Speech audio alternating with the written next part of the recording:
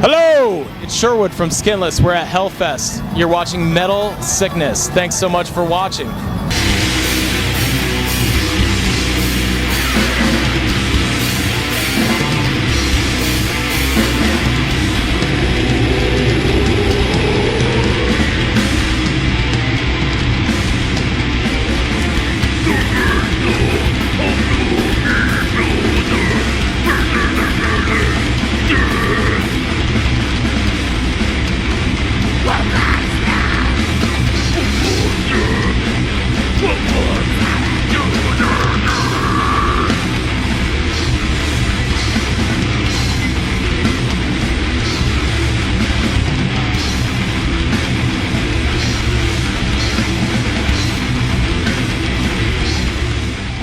Yeah, it is. It is in a lot of ways. I didn't think the band would ever really get back together, and we kind of all went about our own lives and other bands and all, you know.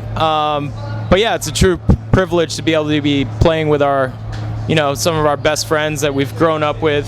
You know, all of us are just, you know, we've spent so much time together, and the fact that we're able to do it again and have the opportunities to play Hellfest and play some awesome shows and hang out with people that we've, you know, met throughout the years and new folks, it's an incredible honor. So, you know, I don't like to overthink the death metal lifestyle too much, but I'm very proud to still be a part of it after all this time.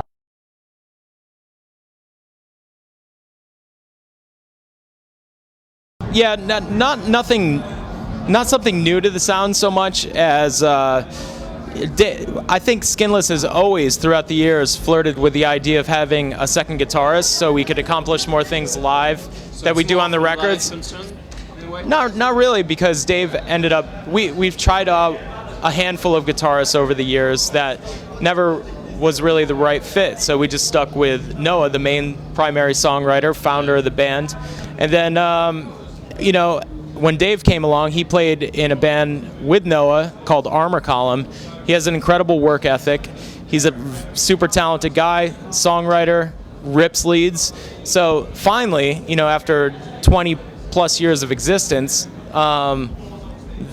you know, we found a new addition that really complements the band. He's here to stay. He's a full-fledged partner and member of the band.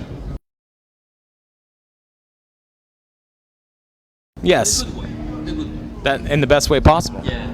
That's the way I like my death metal, tortured and disgusting.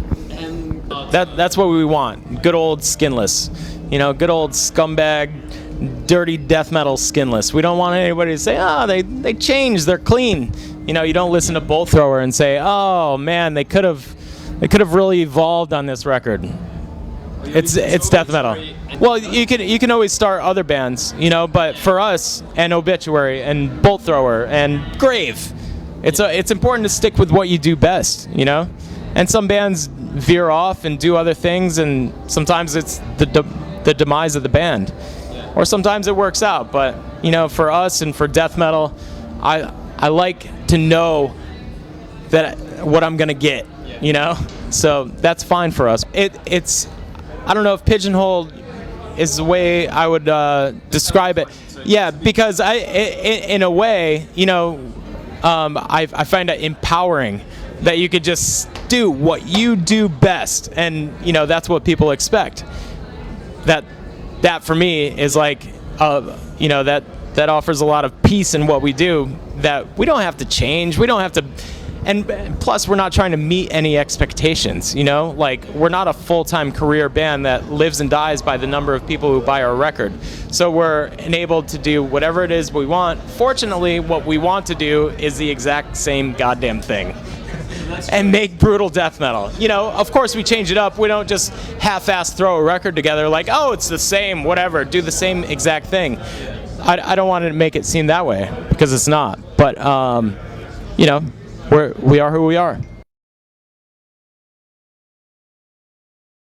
For us, we have a very limited schedule possible for touring, but that, in a way, is also empowering for us because we can do very impactful shows. You know, we're not burnt out on the road, so when we come to do Hellfest, all the guys in the band are fucking extremely excited. You know, it's like we're just here to hammer hard. And, you know, we can only do, you know, maybe 10 or 12 shows a year. But those Skinless shows are going to be fucking insane. And that's the way we like it.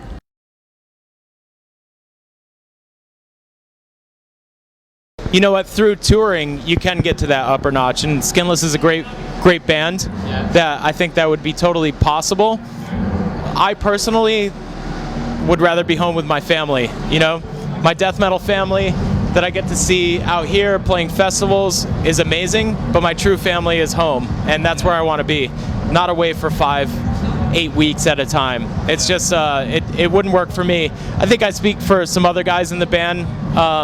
At the same time, where, you know, our home lives are the most important, and Skinless, as important as it is a side project to our lives. And in the fall, we're gonna do some East Coast states in the U.S. and I book a festival called Denver Black Sky in Denver. We'll play that, and then Relapse has a couple shows that they're celebrating their 25th anniversary, so we're gonna be a part of some of that.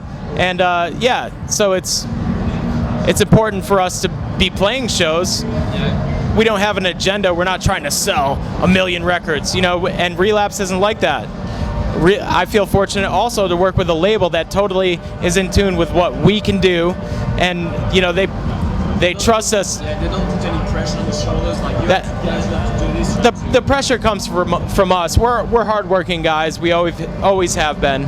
So, you know, we're gonna put out an awesome record. We're gonna do awesome shows.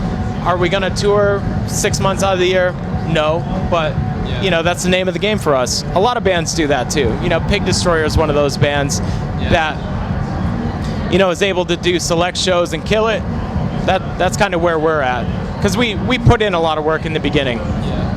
Yeah, there's some places that I'd really love to. We haven't played Scandinavia. You know, I'd like to do that. We did Japan a couple times, and amazing.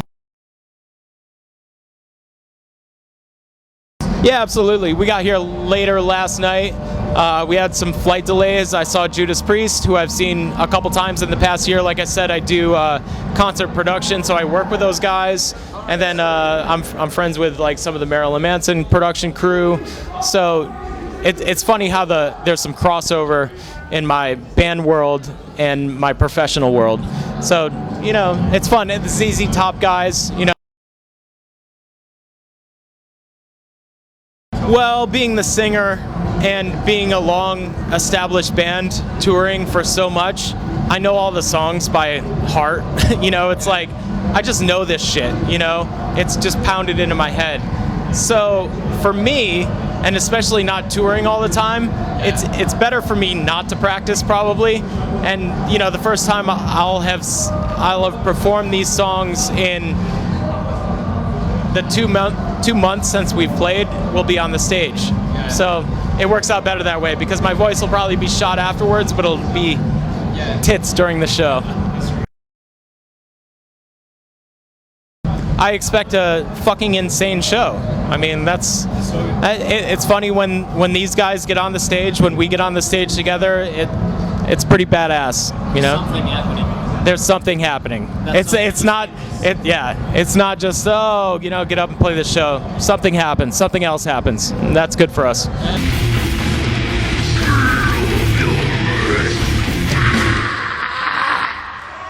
We're Skinless.